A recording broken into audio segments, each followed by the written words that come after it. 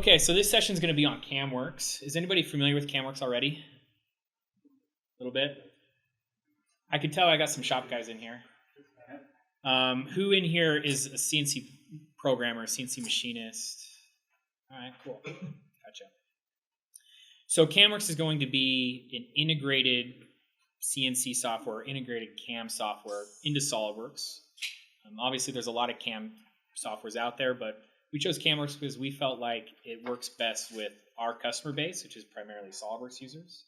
And you guys are going to see pretty much how integrated it is into SolidWorks and where you start to see some benefits from that. I'm going to start out with some basics, and then we'll get to some of the more advanced stuff. For those of you who aren't familiar with CAMWorks, it is a CAD-neutral machining environment, so as long as you can get the file into SolidWorks, CAMWorks is going to be able to program it. So if it comes from a customer or another vendor, even if you didn't draw it inside SolidWorks, it will still work just as well. But CAMWorks does operate within SolidWorks. One of the big things that CAMWorks has going for it, and this is a technology that CAMWorks basically invented, was automatic feature recognition. So for those of you who are familiar with CNC programming and other CAM softwares, the workflow that I show you today might look significantly different than what you guys are used to, say, in Mastercam. Okay? The workflow was designed to be congruent with a SolidWorks user's experience and skill set.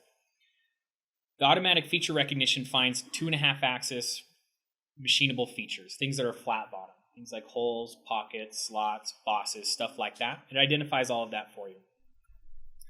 And then it has an idea on how to treat those. So we call this knowledge-based machining. There is a database that is sort of the ringleader for CAMWorks. It keeps track of how you machine all of these different features. It looks at parameters like the size of the feature, the depth, the overall shape, the material that you're cutting, and something called a strategy. It keeps track of all that so that when you machine parts, a lot of parts have similar features, families of features. It will know how you machined a particular feature in the past, and it will automatically bring that up. So as you use the software, you basically teach it how you want to machine parts, and it makes part programming a lot more efficient. We do have some high-performance toolpath options within CAMWorks, namely something called VoluMill. VoluMill is a third-party company that's licensed by a few different CAM partners, and CAMWorks is one of them. It's all about constant cutter engagement and being able to run tools at higher SFM than the manufacturer rated. We start at about 3 to 4 times manufacturer recommended rate and then sort of adjust from there. The harder the material you're cutting, the more benefit you would see out of something like VoluMill. We have a true G-code machine simulation, so we are going to take a peek at this later on. This is something that is pretty much unrivaled for this level of CAM software, which I would consider CAMWorks about a mid-tier software, the same level as Mastercam and GibbsCam. But I would consider a high level something like a Spree or NXCam. Okay? So this is unparalleled for that mid-level, is a full machine environment simulation that's actually simulating off the G-code. So it happens after the G-code translation. So it's going to show you exactly what you would expect on your machine. And we like to say CAMWorks is a complete CAM solution because when it comes to the capabilities, we can do milling up through 5-axis simultaneously milling. And within that, we have VoluMill, like I mentioned, and also a nesting program as well. If you're cutting sheet goods, things like plywood or metal on plasma or laser cutter, you want to make the most out of your material. You want to be the most efficient. What nesting does is it takes all of your parts, nests them into a panel of whatever size you want, and lets you use more material. We can also do turning. So turning goes from 2 to 4 axis, which would be basically a front and rear turret. You could have both of those. And then also a main spindle and a sub spindle as well. And then if you have live tooling, we can go up through basically 5-axis mill turn. So that would be front and rear turret with Y-axis if you want them, and a C spindle and like a W spindle. All right, so 5-axis is probably not accurate. It's probably closer to 9-axis. If you have front and rear turrets, we have something called the sync manager, which allows you to sync those up. Okay, so if you imagine a part that you're turning on a lathe that maybe has several grooves, you might be able to cut multiple grooves at the same time. It's important that you have the ability to sync up those turrets. We can do that. We also have built-in sub-spindle templates. So if you were going to do like a part handoff, or if you wanted to grab it with both the sub-spindle and the main spindle and cut it, we can have all the control as well. And then down in the corner, we have wire EDM, 2 and 4 axis wire EDM. We do have the ability where we grant you guys the ability to write your own posts through the universal post generator, and then the G-code machine simulator applies to turning, mill turn, and milling. So I like to include this little slide here. It just shows some of the machine tool vendors that we've worked with. A lot of people ask, does CAMWorks program for my particular machine? Most likely the answer is yes. If you own some elaborate Italian wood router, the answer would still be yes, but we might tell you no because we don't like to work with them. All right, so we're going to jump into some parts here. I'm going to try to give you guys a pretty good overview in the amount of time that I have. We're going to go over some 2.5 axis milling, which again is flat bottom stuff in this control arm mold, some avoid and contain areas, creating features on our own, and then also a quick 3 axis milling. So we're going to jump into that. So notice I am in SolidWorks. Okay, I'm jumping over to CAMWorks is basically just changing tabs. Now I'm in CAMWorks. I can jump back and forth pretty seamlessly. CAMWorks is always keeping track of changes made in SolidWorks. And if a change has been made to the model, when I go over to the CAMWorks tab, it will warn me and say, hey, the model's changed. What do you want me to do? And then it gives you a couple options. So it's very, very, very difficult to get a mismatch between the CAM data and the part file if you're constantly updating the part file. So there's a few little housekeeping things I have to do before I start programming this. I have to choose a machine. We have mill machines, we have lathes, we have some mill turn machines here. When I choose a machine, it also chooses a tool crib for me if I set it up as a default. So it wants to know what tools I have because it will give priority to using those tools. And it also chooses a post processor for me. It wants to know the stock material and the shape. So by default, it creates a minimum bounding box, and from there I can add offsets. Okay, and then I can also create stock from a SolidWorks sketch. So if I had something like bar stock, I'd just draw a circular sketch and extrude that up. That'd be my stock. And I also have the ability to just reference another SolidWorks part file or a configuration within this SolidWorks file as my stock. So if I had a part file that was, say, as cast and as machined, I might use the as cast as my stock shape, and then the as machine is what I would be programming on. Or if you had a part file that was actually modeled with different steps, like it comes off the lathe, it looks like this, it comes off the mill on op 1, it looks like this, etc. You could account for that. I'm just going to do some extra material around the outsides here. And I'm going to basically program this how I would do it. So I'm going to run automatic feature recognition to start with. This gives me some features and then to start with, and then there's always a little bit of filtering. Okay, so it creates things called setups, which are directions of machining. So the tool would be moving from the top towards the part in this direction. And then under that setup, it created a perimeter and a hole group. And it grouped all these holes together because they're the same size and depth, so it assumes that you're going to cut them all the same. Notice on this hole group, in the brackets it says drill. That's what's called the strategy. Okay, drill is just the default strategy. If I wanted to bore, if I wanted to ream, or if I wanted to thread these, I can make a change to my strategy here. And then when we get to the next step where we're actually running these features through the database, it will see that strategy. And instead of just creating a center drill and a drill, because I have drill strategy selected, if I had selected something like ream, it would create a center drill, and a ream. Okay. When we get to the 3-axis stuff, we start to see strategies that have 2, 3, 4, 5 different operations related to them.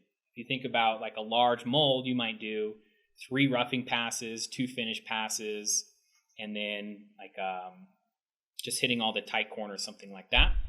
You could save that as large mold strategy, and it pulls all that work in for you. So that's one of the huge benefits of CAMWorks. Under the second setup, it found the part perimeter as well. It found the face on the bottom, and it found some slots that are not behaving correctly. So I think what's happening here is in my part file, I have multiple bodies. And so I should probably, so you can see what I have in here. It found some features off those. Probably ideally I would delete those, but I'm not going to. What I'm going to do is just continue to hide them. And this comes to the filtering. Normally I wouldn't find that, but if it finds a feature I don't want, no problem, I just delete it. Okay. If there's features that I want that it didn't find, I can create those. So under this part setup, I might want to create a face feature. So I can go new 2.5 axis feature. These are the different feature types. Pocket, slots. You guys probably recognize a lot of these intuitively. You would know what they are. A few at the bottom you might not. These are all tied to running the tool along an edge or along a sketch line. Okay. So something like the face feature, it's going to want to know what face I want to machine down to, which would be that guy. And then it wants to know the depth. Notice because it's the face, the scope of the feature went beyond that face I selected. It automatically grew to the size of the stock. And the depth is parametric. It's set up to stock. Okay, so just like in SolidWorks, when you do like a cut through all, if you go and change the model, the cut also updates. It's always going to be through all, right? CAMWorks features are also tied to faces. So instead of just saying this is 0.1176 inches deep, it's actually up to the stock. So if I go and change the stock size, this will also update. Okay. Another example of a feature I might create is something called an open pocket, which would be this face here, again expanded out. So the distance between the top of this face and the top of this face. Now I don't want to machine these guys, and actually the center of that mold pops out above that face as well. We call those islands. So I can go to the islands and I can select auto detect, and it usually does a pretty good job of finding geometry to machine around. Okay, so notice it found this guy and it found that guy, but it didn't find this. So what we'll do is we'll just keep the tool away from it in a different way. Okay, so there's some 2.5 axis features. If I want to add the 3 axis features, those aren't covered under automatic feature recognition. So I have to tell it I want to cut those features. There's a few different ways to do it. One way is just to select the faces you want to cut.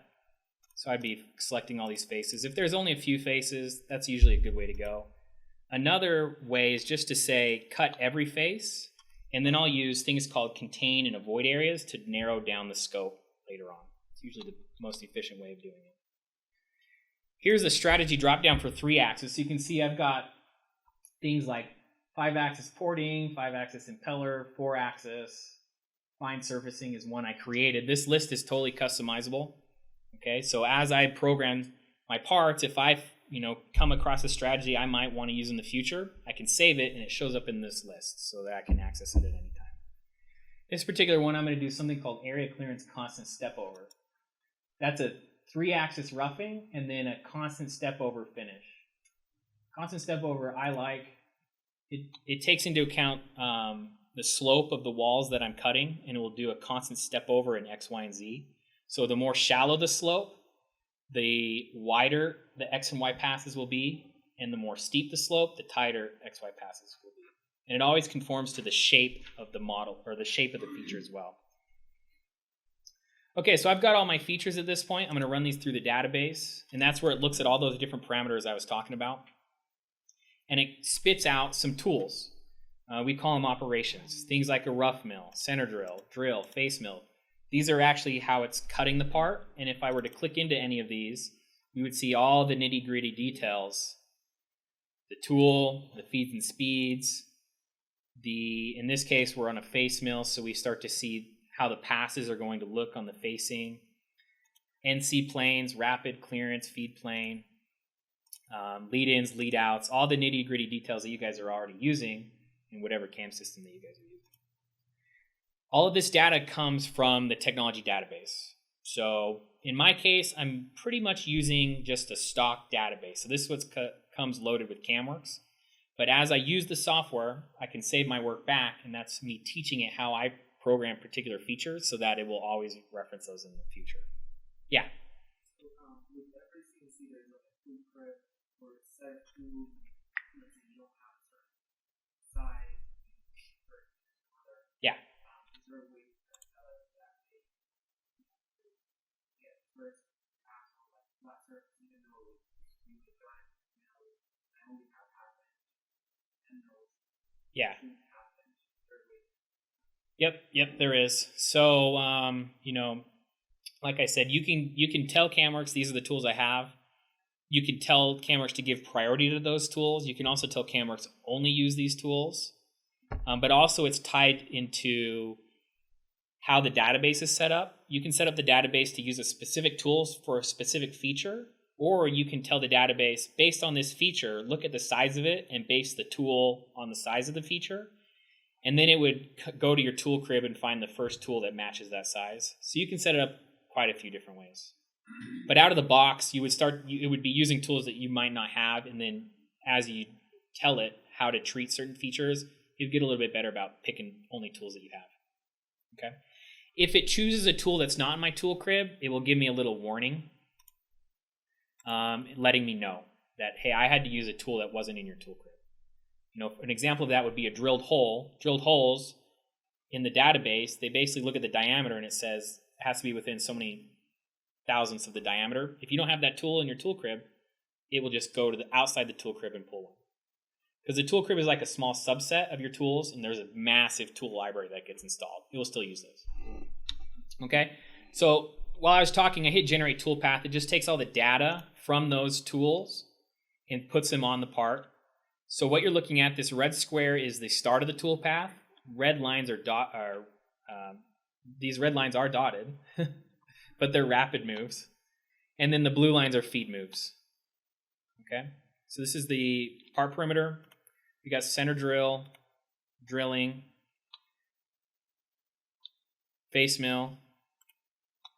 This is that open pocket, so it's avoiding these like we talked about. It's not avoiding this. We'll have to deal with that.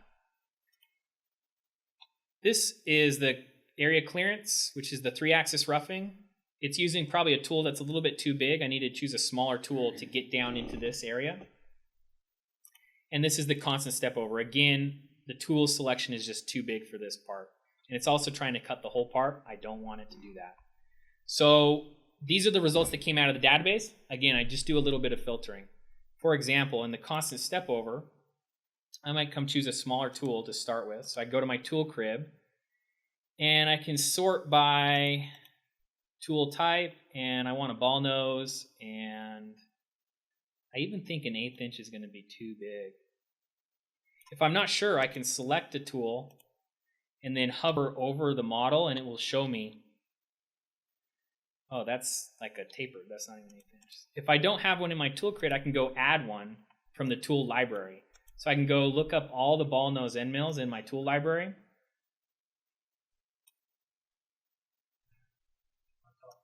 Thanks. I'm going blind. I have tunnel vision. I know, right? We'll just pick something small, maybe 5/16. Good thing this isn't realistic. So we'll choose our 5/16. All right, that's good enough. Then we might, adjust our step over. Right now our horizontal step over is about 100 thou. We want something probably closer to maybe 8 thousandths in the vertical and the horizontal. And obviously there's a lot of options in here. We don't have time to cover all of them. How it enters and retracts, their lead-ins, lead-outs, rest machining, so you can tell it, look at what's already been cut and only put a tool where there's material left to cut, etc. I'm going to go ahead and say an OK. I don't want it to regenerate the toolpath yet because I want to narrow down the scope. I want to create something called a contain area to contain the tool to just my 3-axis portion. So in SolidWorks, I created a sketch called contain, and it's just the outer perimeter. I can also pick faces as well, but in this case, it's just easier to create a sketch. From there, I can add offsets just to keep the tool within just that area.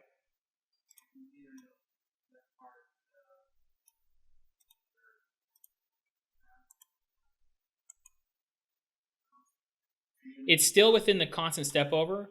So I created a feature that was my whole part, and I said, apply a constant step over to the whole part. But then I said, now, actually, I'm going to take that feature and make just a subset of it and stay within just that. So you get something like this. So I said the center of the tool could go to the outer edges of the contain area. Okay, I can add more contain areas as well. Or I could come back here and I could add a second constant step over. I could tell it to copy the existing one. Okay, so it's going to use the same tool and whatnot. And then for that one, I could add separate contain areas. I could say that guy, and that guy, something like that.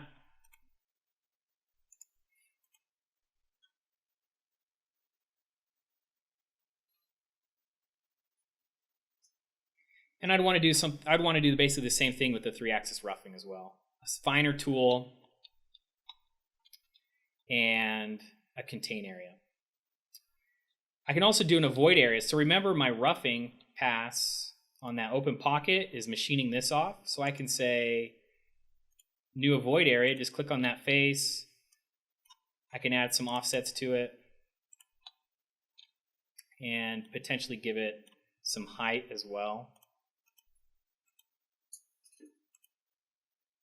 And keep it out that way.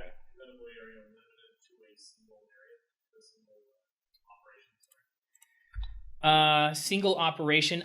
If I wanted to reuse that avoid area amongst other operations, I can say grab that container avoid area. I can hold control and I can drag it to other operations. It makes a copy of it. Okay, but it only applies to the one that you applied it to. Okay. Some other things that I might do. This is machining all the way down to the bottom of my stock on my part perimeter. I can do things like pulling it up in Z. I could do a Z limit the Z, say it can't go past that point, or an offset from that point. When I make a change here, I can hit preview, see it pulls up, and then do the opposite from the backside. Okay. I can rearrange these guys just by dragging and dropping, because these are the order that they're going to post in. I can also just do a sort operations. I can sort by the operation type or the tools. I can drag and drop these guys. I can do a two-step operation or sorting, all sorts of neat stuff. If I was going to do all of this in one single program, I might do a program stop.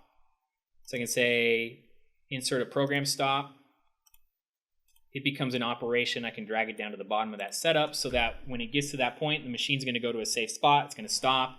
And I might add something like a comment that says flip part. And then that will show up in the G code and give my operator some instructions.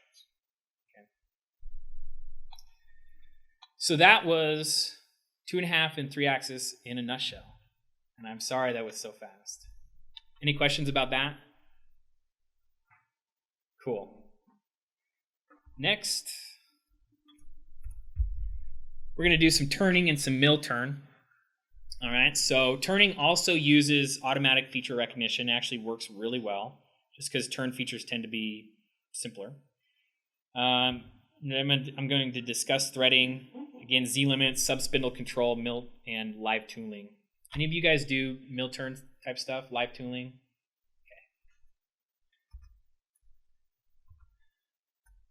Okay, so this is the front axle on the car. And I already have this program, but we're just going to go to the blanks thing.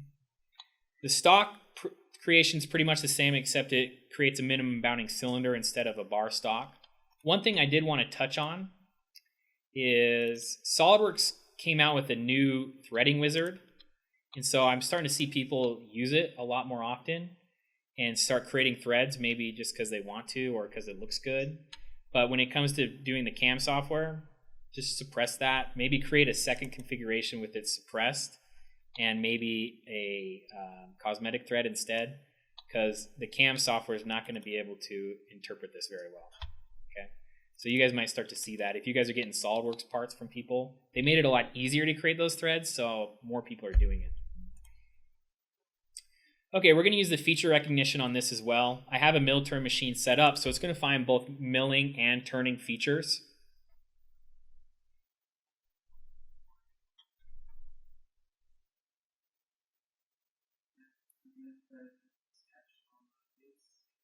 It's actually not a sketch. There is a cosmetic thread function, and you would click on an edge and then just tell it what the thread data is. And then when you go into your 2D drawings, it pulls that thread data for you and lists it as a whole callout, or not a whole callout, thread callout. Yeah. All right. So it found the face of the model on that side. It found something called the OD feature along the length of the part. And as far as milling goes, it found that hole. Okay. Now it's up to us to figure out, how are we actually going to cut this? And I'm assuming we have a subspindle and we're going to transfer. So we're going to cut part of it, and then we're going to transfer it and cut the other part all in one program. So I actually need 2 turn setups because we're going to be machining it from 2 directions. So I can add a turn setup, no big deal. Reverse that guy. I can take that OD feature and I can just copy it down to the second setup. So now I have the same feature coming from 2 directions. And then we also need the multi-surface feature. We're going to do this engraving as well. So just like we did last time, it's a new multi-surface feature. Because there's only 3 faces, I am just going to click those faces. And I might do a lot of fine stuff, so I have this thing called fine surfacing. Oh, I must have deleted it out of my database. So basically, it says when I chose that fine surfacing, I have no matching conditions in my database, so it wouldn't find anything. So we'll just do the constant step over again. All right. I like to order these in the order that I'm going to cut them, and it pretty much looks like it's already there. So we're good. I'm going to run all these through the database, and I am going to generate the tool paths individually. So for the turning, we have the face rough, face finish. So it's doing a finish pass on the face. The roughing cycle looks something like this, and the finish cycle looks something like that. Okay, notice it is dipping down as far as it can based on the insert clearance angle. Running out of window space here. So you can see that back angle, the tool insert can only dip down so far. CAMWorks knows how far that can dip down based on the lead angle. Okay, so as that adjusts, it will actually dip down farther. A lot of times you don't want it to dip down at all, and you can just uncheck a box and it won't dip down at all. Okay, one other thing I like is this sharp corner option. Notice how this is rounded even though the corner is sharp right here. It rounds it by the radius of the tooltip, and that functions as sort of an edge break on your parts. We'll do that automatically. I could turn it off with just a checkbox. Let's pray this one works. Cool. So now that would give you a nice sharp corner, but you'd have to go back and probably deburr that later on. So this is a nice little thing. You don't have a lot of control over the radius. It's controlled by the tip. So if you need a set radius, you'd want to draw it into your part. Okay, I don't actually want it to go back this far because I'm going to be holding on to this part, a little bit with my chucks. So I can do a couple things. One of them is a Z limit, sort of like on the part perimeter on the last part. I might say, don't go past that face. And now it stops right there.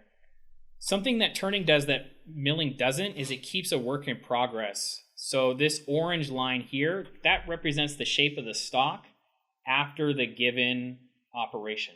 So it's always keeping track of what's been cut, and it will never run a tool over a finished surface.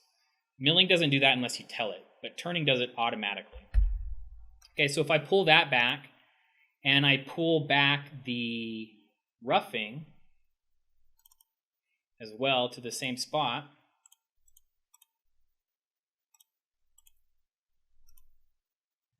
that allows me to generate toolpath from the opposite side.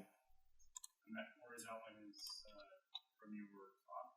It is the current shape of the stock after the tool has run whatever operation I have selected.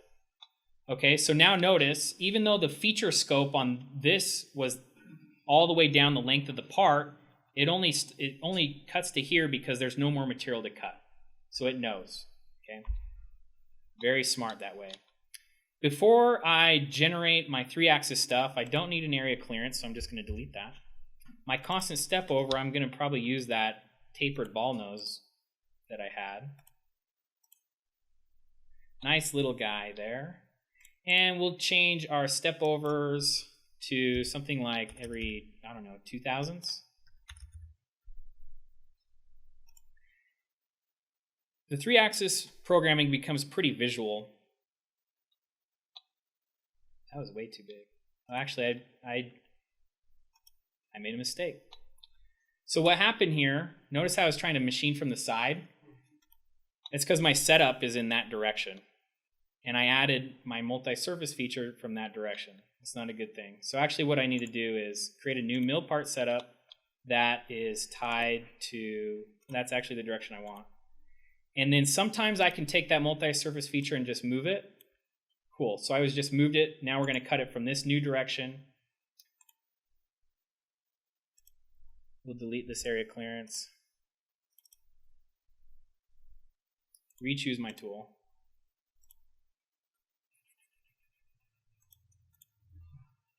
Constant step over. That 2000s was actually probably too large.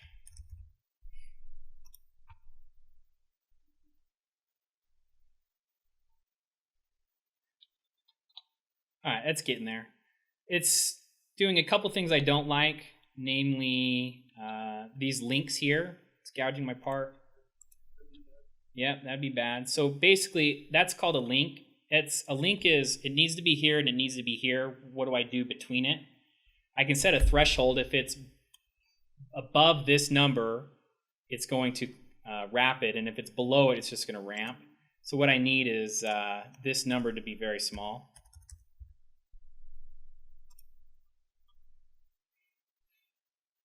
And that should pull it up off the part. One thing I didn't do is run a simulation. Now my lead-ins are going crazy. This is why I saved that fine surfacing strategy, but I think I lost it when I was doing a training last week.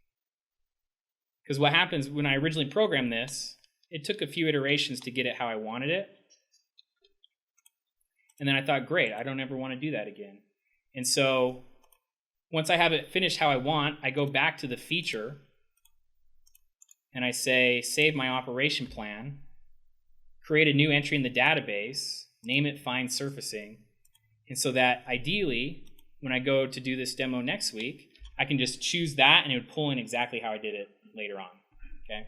So I'm not gonna finish that, but you can see how I have it programmed in the other one that I have finished. A little bit cleaner, right? And if I wanted to look at the differences, my links, I think what the big thing was, it was ramping instead of just plunging. And it has to stay within a certain boundary when it ramps, so it's ramping back and forth instead of just going straight in.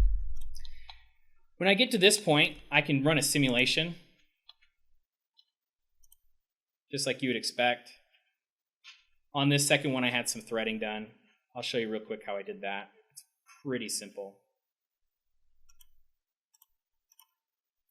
We'll go back to my original program here. If I want to add a thread, it's another feature. So I'm going to add a turn feature. This is going to be an OD feature. The way turning operates is I just select the segments I want to cut. So I only want to thread that area. I'm going to choose a thread strategy.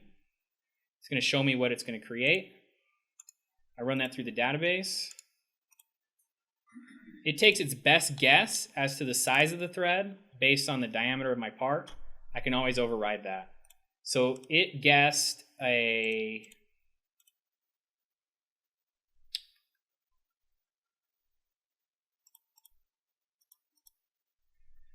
particular size. It looks like, UNC, I can't see where it is. Yeah. So I can choose from a library. If I choose a different size, I think this is a UNF4 is what the real part is.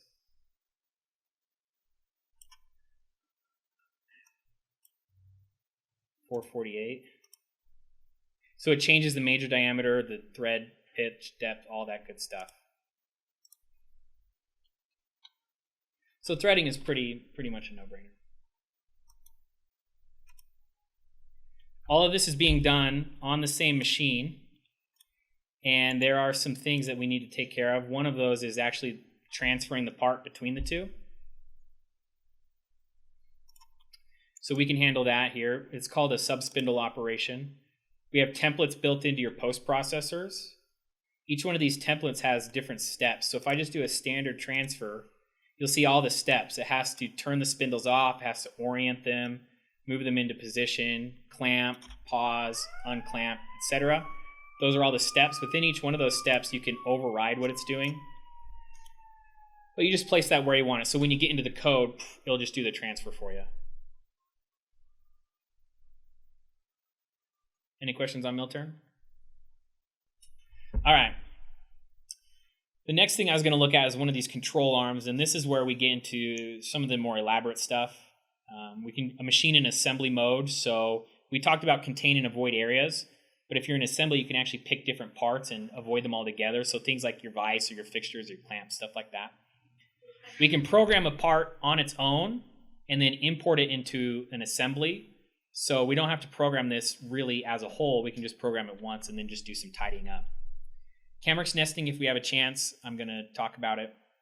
Tolerance-based machining is brand new. Did anybody sit through the SolidWorks MBD thing this morning? Wow.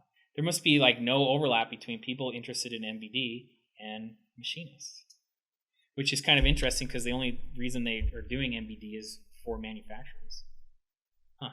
And then CAMWorks Virtual Machine, which is the machine simulation. Okay. So here's this assembly. The idea here is that I have to machine a bunch of these control arms, and I'm set up on a horizontal mill with a tombstone, so this can rotate on a 4th axis here. And I'm going to do 4 different ops on these parts. So the first op is this guy. I have this part here. This is going to represent my stock. And I'm going to machine some features here, and then we're going to rotate. We're going to machine some more features here, namely the part perimeter. And then we're going to flip over to this side, and we're going to do some holes and maybe round these corners on this side, and then also just on the back side there. Okay, so that's how it's going to be set up. I would not program this in assembly mode. Ideally, I would just open one of these part files and do all the programming on the part file and then import the data. So I'm not going to go over this in depth on how I did it because we kind of just covered that. I'm going to show you what I have. I have 4 setups, 1, 2, 3, 4. On the first setup, which corresponds to my op 1 on my assembly, I have the face, I have the perimeter, and I have my pockets. So that's what we're going to cut on the first setup. Then we're going to turn it once, and we're just going to do the perimeter and the face from this side, because the pocket's already cut. But on the first one, we're not going to do the perimeter all the way through, otherwise our parts would fall out. Okay. On the third op, perimeter, because we need to get these rounds, a bunch of holes. Some of them are reamed, notice that, and some of them are just drilled. Just depends on the type of accuracy you need. And then something called an open profile, which just follows edges. And basically the same thing from the other side. So we can see all of that in action here. Roughing, finishing, boom, boom, boom. Notice on the part perimeter here, I don't go all the way down to the bottom of the stock. The bottom of the stock is represented by this green line. This just goes down to the bottom of the part. And then from the part perimeter on the other side, I only have to hit it once, just a little bit. That's going to cut the rest of the part out.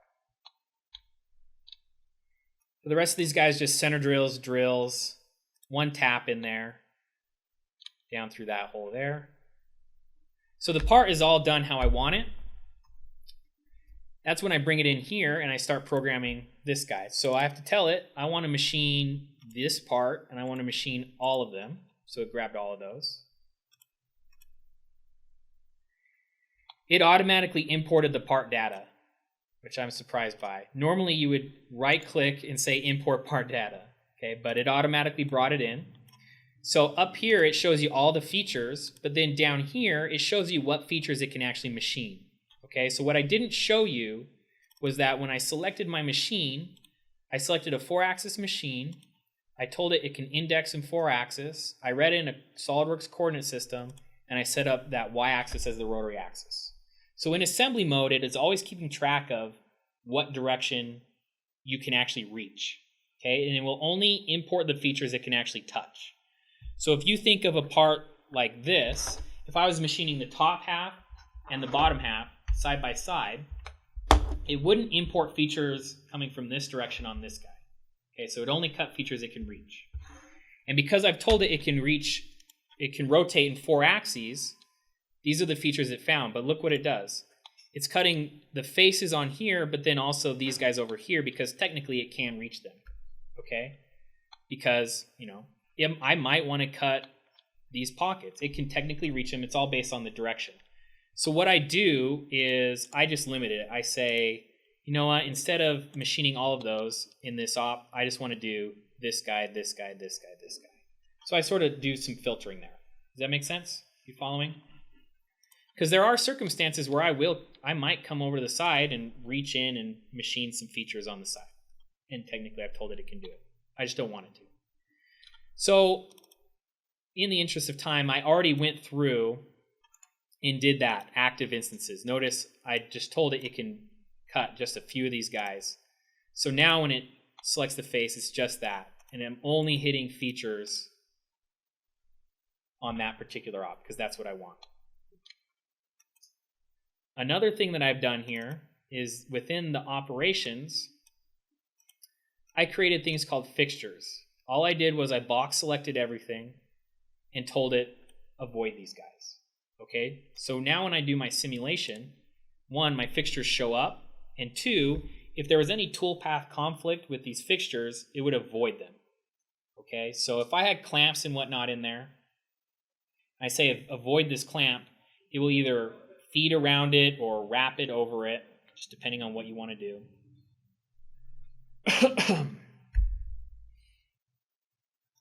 So if I turn my fixture display on, now you can see I'm simulating everything. Another thing I did that didn't get imported was I set my stock as these part files. So there's a few minutes that goes into setting that sort of thing up. But now I can run my simulation, and it's going to post out in the order that I have it. It's not the most efficient way to do this. I can tell it to sort by tool, so then it might go all the way around and hit all 4 setups with one tool. But right now I have it just doing one side at a time. This doesn't give you the full story though. So this is where the machine simulation might come into play. As your setups become more complex, or as your stock material becomes more complex, crashes become more expensive, and you want to avoid them more, right? So things can come into play, things like the holder. If you had a long extended holder, if you have a probe on your machine.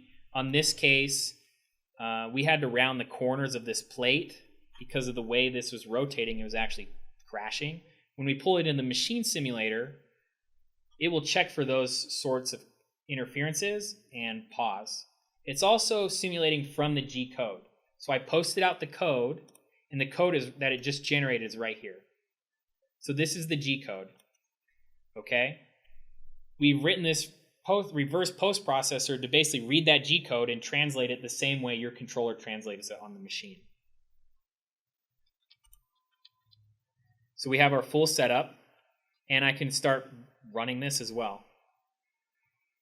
And it's just going to go down the G code on the left-hand side.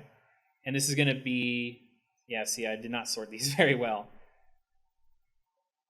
But now you've got the full machine environment. So if you have tool holders, this works on mill turn as well. So if you have a big turret with all sorts of gang tooling and everything, it's really hard to anticipate crashes. Or you guys have all seen 5-axis stuff where you have like long tool holders coming down through holes and doing some fine engraving. This is the sort of thing that will keep you from crashing.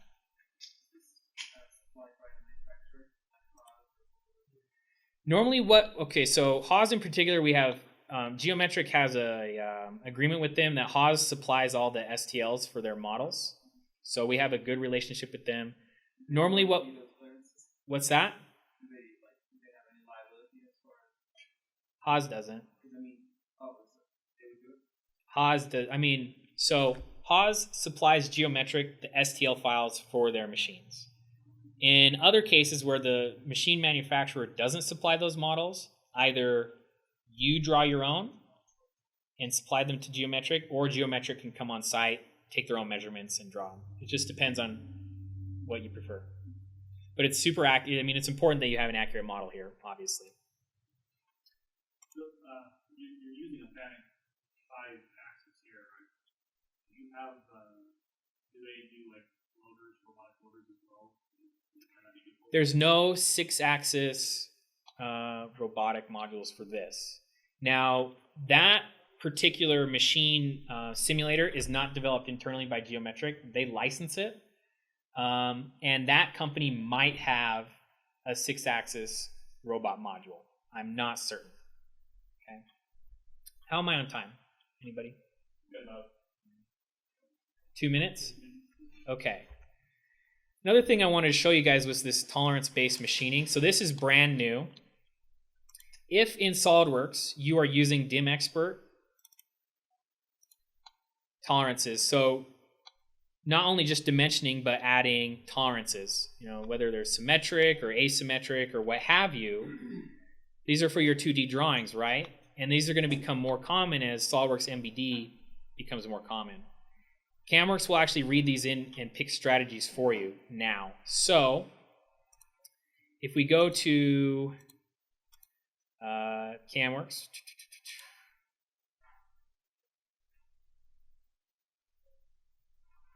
I'm going to start fresh. Okay. Instead of running the standard feature recognition, I'm going to pull up this tolerance-based machining. And what it does is it has all your feature types in different conditions. So if we look at something like a hole, see these tolerances ranges here? It will pick a strategy based on the tolerances you set up on your model. So if your tolerance is between 0 and 2 thousandths, it will choose a bore cycle. If it's a little bit less, it will choose a ream, and if it's a little bit less, it will just choose a drill cycle.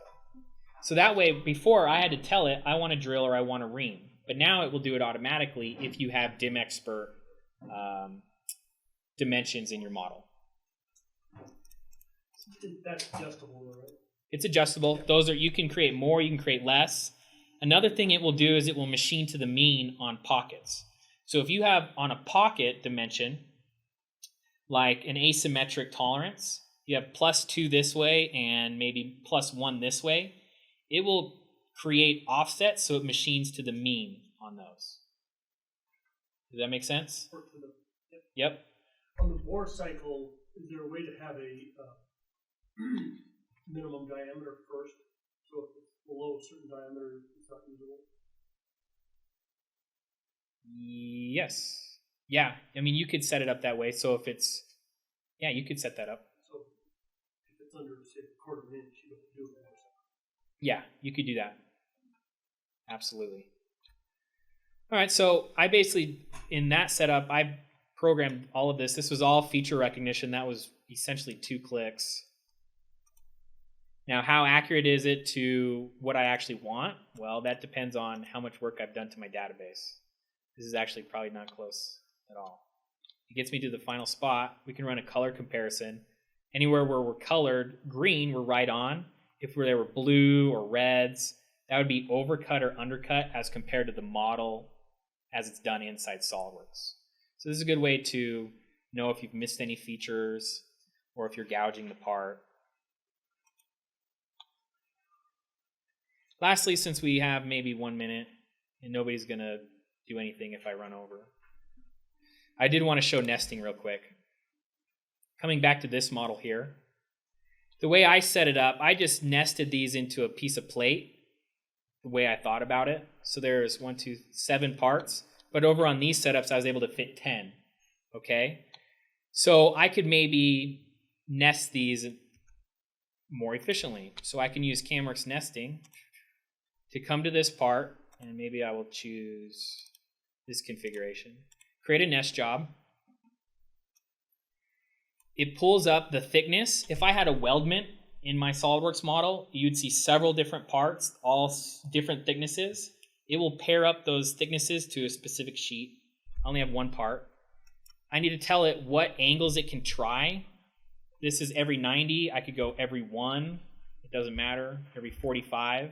I'm just going to keep it 90. That's how many attempts it's going to take. I've told it I want a quantity of 100.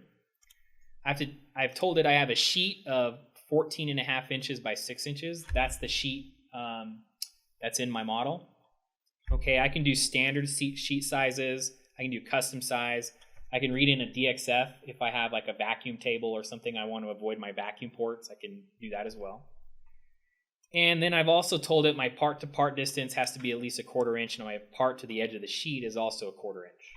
Okay, so when I do that, what it's going to do is it's going to rearrange those, and it's going to try to fit as many parts as it can into that 6 inch by 14.5 inch sheet. And so that's what it comes up with.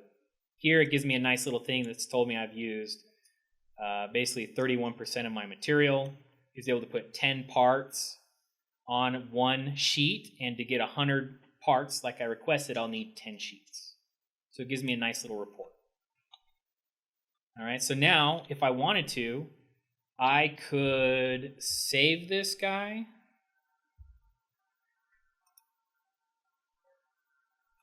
We'll just save it on the desktop here. Notice it's a SolidWorks assembly file, so I could come in to my assembly here, just insert it.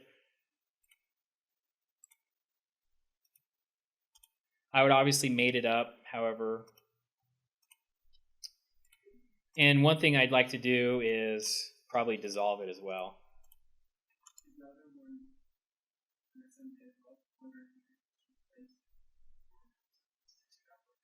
I mean, this is fine. Yeah, this is fine. I couldn't replace this assembly, but I could insert this assembly and then dissolve it. That way they act as individual parts.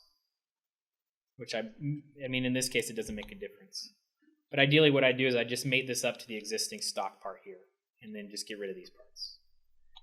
In this particular case, a lot of times, once you're getting this, you're saving out a DXF file, and you're taking it to your router, you're taking it to your laser, your plasma, etc. And actually in nesting, you can just tell it to create a DXF right away. So that is it. You guys have any questions about that? I can't believe I was able to show you guys so much. That was a lot of software, and it went mostly smooth. So if you guys have more questions about CAMWorks, definitely come back, and you can shoot me an email, or you can find me out in the hallway for the next thing. So thanks for coming, guys. Appreciate that.